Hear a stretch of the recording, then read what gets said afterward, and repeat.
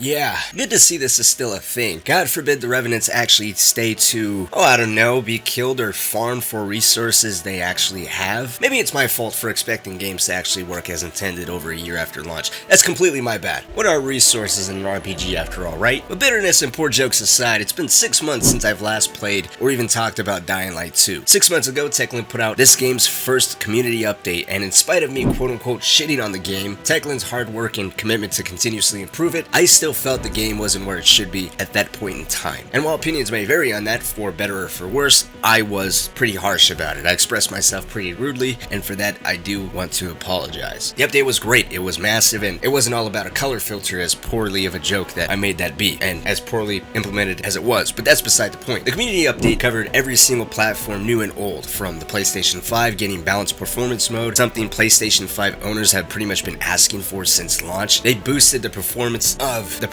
and quality mode on both PlayStation 5 and Xbox Series X, as well as a bunch of graphical improvements, adjustments to the world, with more biters roaming the city. They finally tweaked Dark Hollows and Forsaken stores to actually be forbidding in the middle of the day. Biters were also tweaked to be much more aggressive at night. Virals are more prone to leaving their hiding places and even have more virals attack in Dark Hollows and Forsaken stores. It appeared that thanks to this first community update, Dyinglight 2 wasn't just being more in line with the original Dyinglight and how that game's infected roles work, but Dyinglight 2 is actually becoming a real sequel. You know, a game that actually supported and expanded on existing series, something a sequel was actually supposed to do, and it all came at the time right before the Bloody Ties DLC as well, so it was a great time to be hyped for the next huge chunk of content for the game to actually be revitalized, with not only new places to see, characters to meet, but rewards to work towards. The combat was better with added physics, ragdoll effects, performance upgrades, bug fixes, and a nice half-assed color filter. I'm joking. So fast forward to January 31st, 2023, and the game's second community update goes live with even more improvements, ranging from more quality of life adjustments like being able to completely skip all cutscenes by just holding a button. You can actually adjust how much stuff you want to craft back in the crafting screen, or even if you're pulling something up like say your bow and arrow, you can just craft an arrow right then and there. So little stuff like that, but they also added in some things from the original game. And I'll say for me, while it may seem trivial in the grand scheme of things, having X-ray attacks to show the damage inflicted on something is a thing I really missed from the original game. Sure, it doesn't affect the gameplay per se, but it was something that for me really added a sense of weight to the weapons you wielded and a sense of brutality in the amount of damage being done to the human anatomy. And I'm happy because they actually brought that stuff back with this last giant update.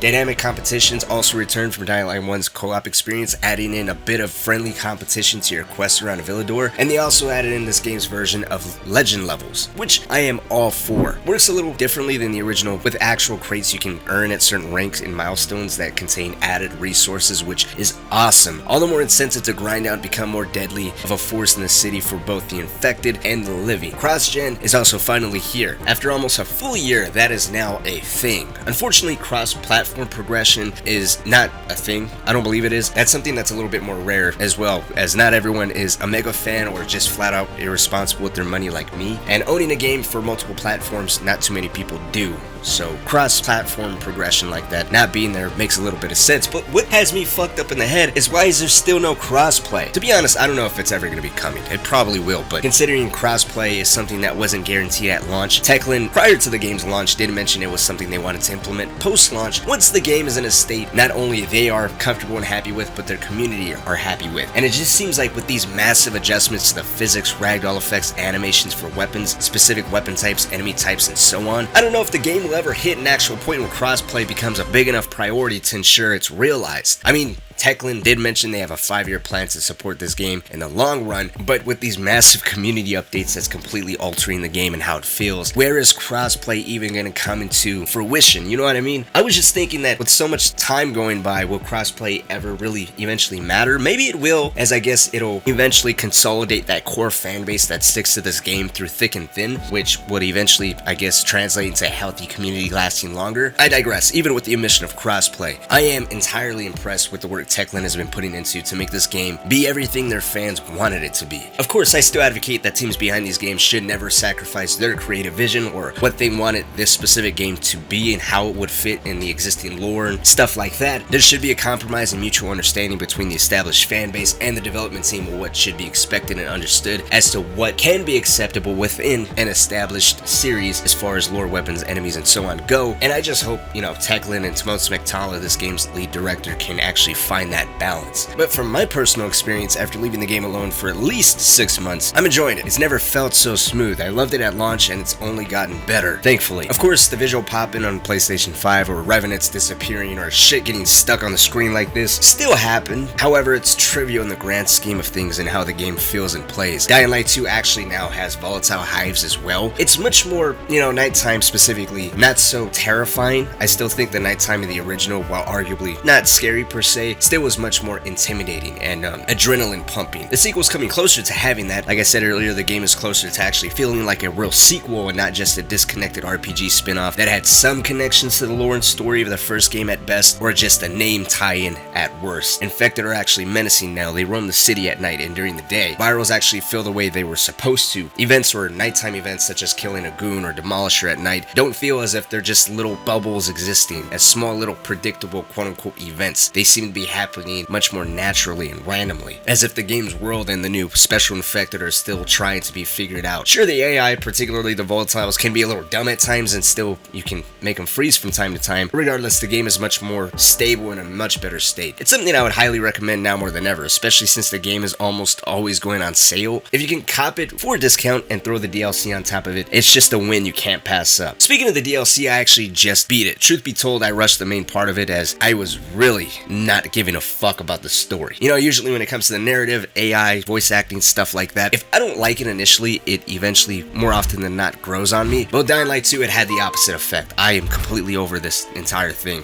I don't know if it's because I have over 200 hours in the game itself and I just don't care for the narrative or this AI or anything like that anymore. I'm just kind of all here for the combat. And I'm not going to dive into a full-blown DLC review, but my short review is, I cannot deny it. The first couple challenges of the DLC had me completely fanboying. Like, the first challenge you have to do is basically a big-ass simulation of the Haran virus that broke out. You're thrown into an arena that's meant to look like the city of Haran, of course the location of the first game, and when the arena is first presented to you, the music from the original game actually plays in the background.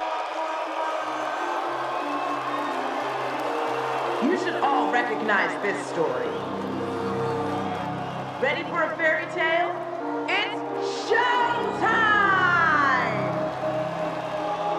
They completely had the opposite effect on me. I was so close to basically saying, fuck this game, I'm gonna go play the original again. But the challenge itself is pretty daunting too, with it consisting of multiple stages, starting with you setting up card traps, then turning on power, then clearing out quote-unquote Rise's men, so you can secure some innocent airdrops. There's a few more things you gotta do, but it all ends with you just surviving the night, or basically outliving the timer and trying not to die in the meantime. Really, this entire challenge is practically the introductory mission of the first game when you first leave the tower, back when Kyle Crane is tasked with turning on card traps for Brecken, who's going on a night mission. The power ends up going out, then you gotta reboot it at the power station. Eventually, you have to beat Rise's men to some Anazin drops, but you get caught in the middle of nightfall, so you gotta book it to the tower in order to not die to the volatiles. It's just a major fan service. They also have a trial that's all basically perfecting this game's parkour, and you gotta get through each checkpoint before the timer runs out. And I noticed this challenge is actually called Run Boy Run, which was the name of the song by Woodkid that was playing in the background of one of the original Dyinglight's earliest trailers before that game even released. There's a variety of challenges, from racing through checkpoints, taking down basically freaks of nature, which are crazy ass infected within a certain time frame, and then there's some challenges that involve you killing marked targets, again within a certain time frame. You have to complete these challenges or trials in order to level up in the tournament, which in turn not only progresses the DLC story, but it also allows you to purchase a bunch of cosmetic items and weapons unique to this DLC. The mixture of these weapons on top of the new legend levels, you're slowly becoming the apex predator of Villador, and it feels amazing. If you haven't checked out Dyinglight 2 in a while and you own it already, I highly recommend you dive back into it and you see how the game feels now. I did mention earlier,